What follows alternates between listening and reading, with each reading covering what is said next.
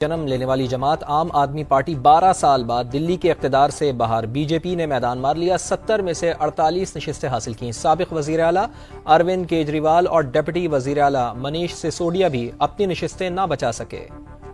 दिल्ली के इंतखाबात में आम आदमी पार्टी को बदतरीन शिकस्त। 12 बरस से हुक्मरान जमात इख्तिदार से बाहर हो गई। 3 बार वजीर आला रहने वाले अरविंद केजरीवाल अपनी नशिस्त भी ना बचा पाए। नरेंद्र मोदी की जमात बीजेपी 70 में से 48 नशिस्तें ले उड़ी। आम आदमी पार्टी के हिस्से में सिर्फ 22 नशिस्तें आईं। कांग्रेस पार्टी गुज़िश्ता इंतखाबात की तरह खाता ही ना खोल सकी। अरविंद केजरीवाल ने शिकस्त तस्लीम करते हुए बीजेपी को जीत की मुबारकबाद दी। भारतीय मीडिया के मुताबिक आलूदगी में इजाफा आम आदमी पार्टी की शिकस्त की बुनियादी वजह बनी। केजरीवाल अपने वादों पर अमल दरामद ना कर सके। 10 बरस बाद भी इंतखाबी मुहिम के दौरान पुराने वादे दोहराते रहे। शराब के ठेकों में करप्शन के इल्जामात से पार्टी की साख मुतासिर हुई। हालिया बजट में मोदी सरकार के ऐलानात ताबूत में आखिरी कील साबित हुए। नरेंद्र मोदी की क्या कामयाबी का राज है, वो इलेक्शंस कैसे जीत जाते हैं।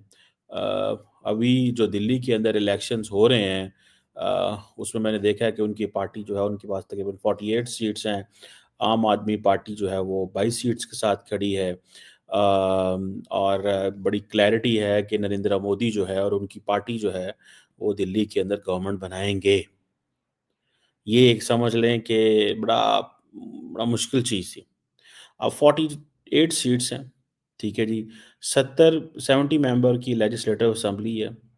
आम आदमी पार्टी के पास 22 सीट्स हैं, as per the election commission of India का ये जो डाटा है। अब क्वेश्चन ये है कि ऐसी पार्टी जो जीतती है, हाफ ऑफ हाफ जो मार्क जीती है, 35 जीतती है, वो गवर्नमेंट बना सकती है। सो ये कहा जाता है कि ये जो इलेक्शन है ये बड़ा इंपॉर्टेंट था कि इसमें इज्जत बेइज्जती का मसला होता है हमारे south Asia, India, Pakistan, Bangladesh, Indian area के अंदर ना, कि जी बीजेपी का इज्जत बेइज्जती का मसला है, आम आदमी पार्टी की इज्जत बेइज्जती का मसला है। कांग्रेस तो खैर बाहर थी सारी गेम में, ठीक है जी। अब ये आपको पता है दिल्ली जो है ये इसको बोलते हैं, ये फेडरली एडमिनिस्ट्रेटेड टेरिटरी है, जैसे इस्लामाबाद है पाकिस्तान के अंदर। और आम आदमी पार्टी 2013 से 2013 से रूल कर रही है। और उनका कहते हैं कि जो बड़ा रिकॉर्ड है वेलफेयर का, दिस एंड दैट, इस तरह की चीज़ें। और अभी कुछ अरसे से उनके ऊपर करप्शन की एलिगेशंस आए हैं, जिसको उन्होंने डिनाई किया। और आपको पता है कि वो जेलों में भी रहे हैं और एंड ऑल दीज थिंग्स। और इवन के आम आदमी पार्टी पंजाब चली गई, वहाँ भी हुकूमत बना ली। तो दैट वाज वेरी डिफरेंट कि शायद अपने आप को एक्सपैंड कर रहे हैं, लेकिन वो अपनी बेस से ही हार गए, ठीक है ना जी।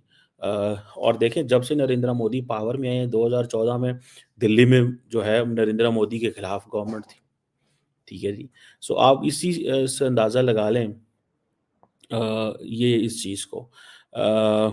एक तो ये चीज़। अब क्वेश्चन ये है कि ऐसी क्या, हमें उसको लफ्ज़ नहीं बोलना चाहिए, लेकिन मैं बोल लेता हूँ just to enhance your vocabulary.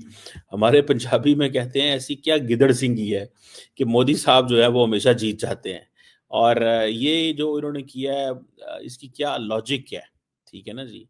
और इसके ऊपर बात करते हैं कि देखिए सबसे पहले you have to establish the reasons what happened basically। Normally होता क्या है, ठीक है, इतना कोई आसान काम तो नहीं है। होता क्या है, लेकिन एक एक लफ्ज होता है उसे बोलते हैं एंटी इनकम्बेंसी फैक्टर। जो उस वक्त जो रूलिंग पार्टी होती है उसका एक एंटी इनकम्बेंसी फैक्टर होता है, ठीक होगा जी। अब ये सारी की सारी जो बात है इसको समझने की जरूरत है। एंटी इनकम्बेंसी फैक्टर होता है। अब इसमें आप देखें कि एक तरफ हम ये देखते हैं कि जो इंटरनल चैलेंजेस भी हैं, जैसे मैंने कहा करप्शन की वजह आ गई। अब 10 साल से वो हैं, 2013 से थे तो एक था।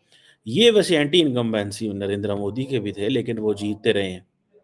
सो इट मीन्स कि नरेंद्र मोदी जो है वो उनको एंटी इनकम्बेंसी फैक्टर कुछ नहीं कह रहा।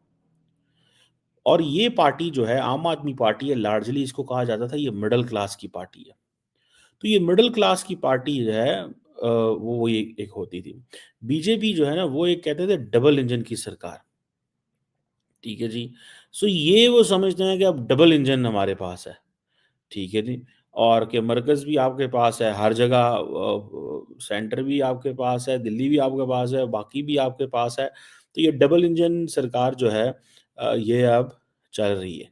और नरेंद्र मोदी ने ही कैंपेन लड़ी इस इलेक्शन की, और आम आदमी पार्टी की बहुत सारी वेलफेयर स्कीम्स हुई थी, और उन्होंने कहा जी कि हम डबल इंजन डेवलपमेंट देंगे, और ये भी कहा कि हम आपकी करप्शन को भी एक्सपोज करेंगे। अब Narendra Modi is a person जिसके ऊपर करप्शन चार्जेस कोई नहीं है, ये करप्शन की बात कोई नहीं है।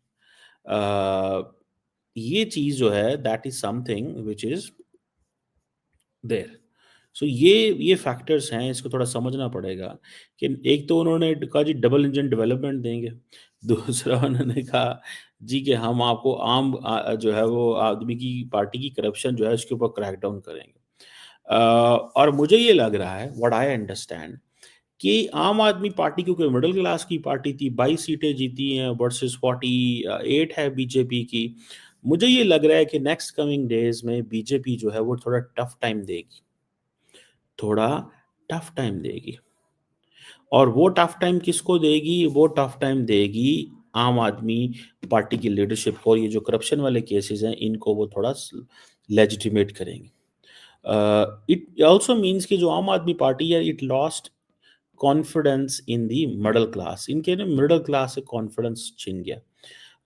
मोदी साहब के पास क्या, हालांकि वो कहते थे they had this view of politics of welfarism, ठीक है जी, but at the same issue पे देखना यह कि नरेंद्र मोदी, और अगर आप देखें उनको, क्या नाम है उनका, अ, यार आम आदमी पार्टी के लीडर का मैं ज़हन से नाम नहीं, केजरीवाल साहब, अगर आप उनको देखें तो ये अरविंद केजरीवाल साहब को देखेंगे तो दोनों की पार्टी में, दोनों के ऑब्वियसली बहुत ऑरा में फ़र्क है। मोदी ग्लोबल लेवल का लीडर है, ग्लोबल लेवल का उसका इन्फ्लुएंस है, and so on and so fourth. अब कहा यह जाता है कि ये जो मिडिल क्लास फ्रस्ट्रेशन है ना, ठीक है जी, बेसिकली ये मिडिल क्लास की फ्रस्ट्रेशन है जो टूटी है, और middle class is turning towards Narendra Modi, ठीक है। 2 इलेक्शन जीते सेंटर में, लेकिन सूबा नहीं जीत सके, लेकिन ये दिल्ली नहीं जीत सके। अब वो कह रहे हैं कि जी हाँ अब हम जीत गए हैं,